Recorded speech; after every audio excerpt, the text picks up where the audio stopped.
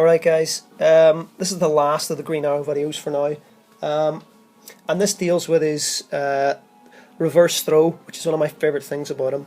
And it links directly into his low arrow pressure and what that all means. So if you watched the last video and you understood all that, then this is going to make perfect sense and it's all going to start to come together. If you do his forward throw, you'll notice that the range of his down one low arrow is far enough away to the point where opponents can just dash out. But again, I don't know if this was designed properly, the right way or whatever, but reverse throw leaves you closer to the point where you can't dash out of a down one low arrow. So what does this mean? I mean, if we could be black and white about it, a lot of people will panic about stuff like that. Don't want to deal with pressure at all. They don't want to deal with any of it. They freak out and they'll start throwing out wake-ups, believe it or not, because of that. And it becomes a pretty black and white thing. Now, other opponents that are a little bit more clever and realise that it's only a down one low arrow will respect it. One of the very good things about it is, because of the range, you can't even, most of the cast can't even, because of the range, couldn't reversal that second down one low arrow, even if they wanted to. They couldn't do it. And this then ties directly in with that last video where I was saying that if opponents try to do after down one low arrow, because they don't want to deal with a second down one, they dash back, and the same thing happens. You dash forward and your string will take them out of their back dash. Now that took me ages to record because the AI doesn't record block stun. Whenever you're hitting them, when you're recording it, it goes crazy when it starts to get hit. So I won't try to record that again, but if you check that last video out, it'll make total sense. But to get even more simple than that about it, opponents that are smarter and respect the fact that you can do a down one low arrow, because they don't fear it at all, because they shouldn't really fear it, I guess. Smarter opponents won't be scared about shit like that at all. You can just now do your strings because they're respecting down one low arrow.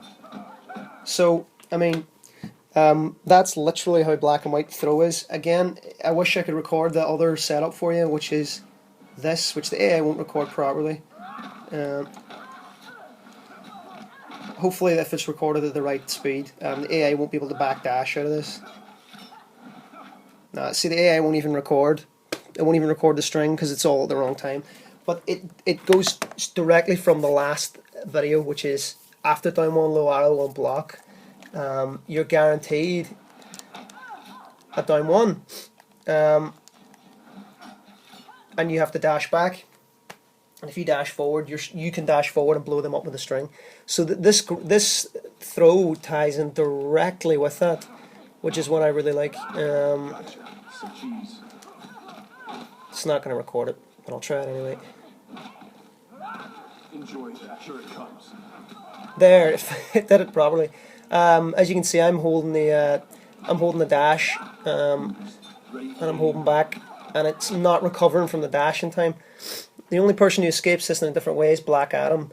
If he dashes back, he's the only character in the game who will actually block the string, but if he mashes a second one, the string will hit him.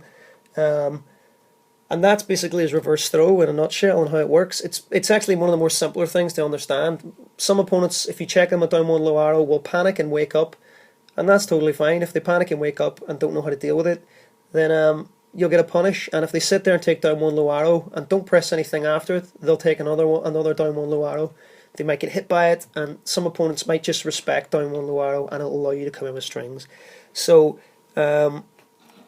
check your ranges out as well. There's a few things that don't really range properly, like that. I mean, if an opponent's just holding back, it'll miss, but if they just crouch because they want to block down one low arrow, it'll hit. So there's a few range problems and whatever, but that's essentially it. That's his reverse throw and how it works into his game. Again, I'll show you how you can get this throw if you want to know how you get it. If you block something like that, and again they want to respect your low arrow afterwards, you can go for a throw. So that's really how it works, guys. Again, let me know what you think in the thread and give me some feedback on it. Cheers.